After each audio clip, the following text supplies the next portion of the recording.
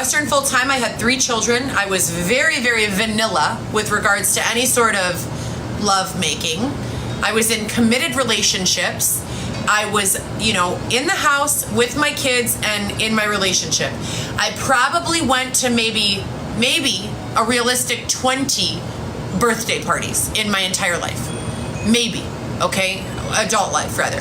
So I wasn't in the club scene. I wasn't out drinking. I rarely drank alcohol. And when I say rarely, I mean less than 4 times a year.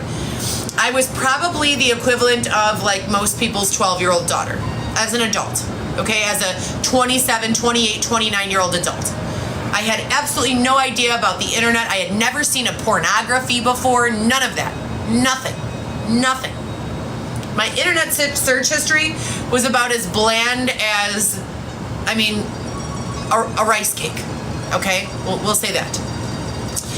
I had no idea. Now they call a postmortem, they call after death, after they kill you. What do they mean by that? What do they mean by killing you? They mean they engage you in such behaviors that they can, with good faith, put you in a grouping of people that they refer to as postmortem, AD. Dead people that they don't consider regular members of society, people that they can consider to be like contagious or deviant or what have you. And there are different levels of classification of these people, and not everyone dabbles their foot into this classification and then says, oh God, that's scary, and runs like I did. Most people, a lot of people, don't have an anchor to the real world. You guys see this J scar on my hand, on my thumb? I couldn't make this up if I tried. I didn't do it to myself, they did it to me. So they put these people, what happened was a small percentage of people fell into this group, this deviant group. And they started to find that because there was no forgiveness for this group, because there were no strategies or policies in place that would allow this group to learn from their mistakes and reel it back in, that this group was not eating, that they were getting shut out by the world, that they had made these mistakes, and that they were being placed into little boxes where they could no longer survive. They were having trouble finding work. They were having trouble finding friends or social circles. They were not exposed to any sort of opportunity. They were not able to do anything. So these kill teams that were intentionally created, they were put into place to expose people, innocent people, to all of these deviant ideas, philosophies, and teachings, so that you would start using your Google bar. You jump on your phone and go Google and search something that would qualify you, or a series of things, because there's no one thing that qualifies you.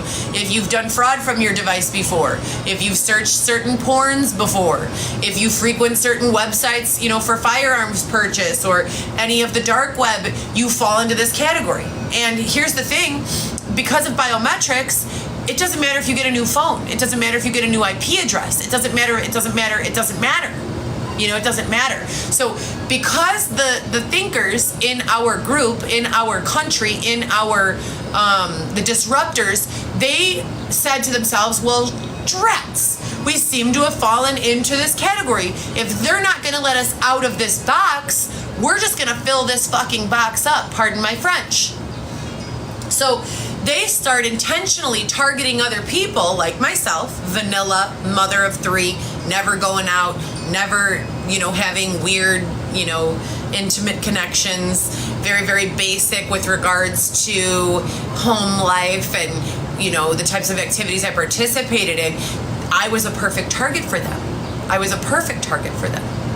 And in a matter of a year or 2, they turned my entire demographic characteristics and any words that you could use to describe me or my hobbies or my employment or my income.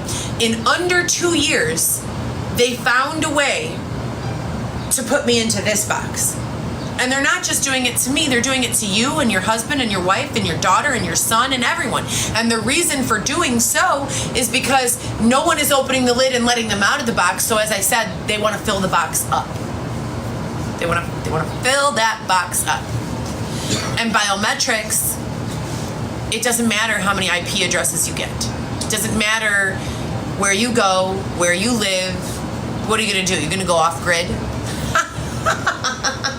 It's so funny when they say that. You're going to go off grid for how long? How long will you poop into a hole in the forest? It's not sustainable, you guys. And I know you hate to hear that, but we live in 2024. You can't live here off the grid. You can't. Maybe for a week, maybe for a month, maybe for a year if you're really, really, giving it a good go. But even for those people who think they're off the grid for a year, you're not. You're not. You're not. Who's heard of satellite imagery? Hit the like if you've heard of satellite imagery. Like. Who's used Google Maps before? Hit the like button if you've used Google Maps before. Google Maps. Have you guys heard of Google Maps? Have you guys ever Googled your own address? Go do it. Google Maps your own address. I promise you will virtually be standing on your door front like that in a few seconds, as long as it takes you to type it out.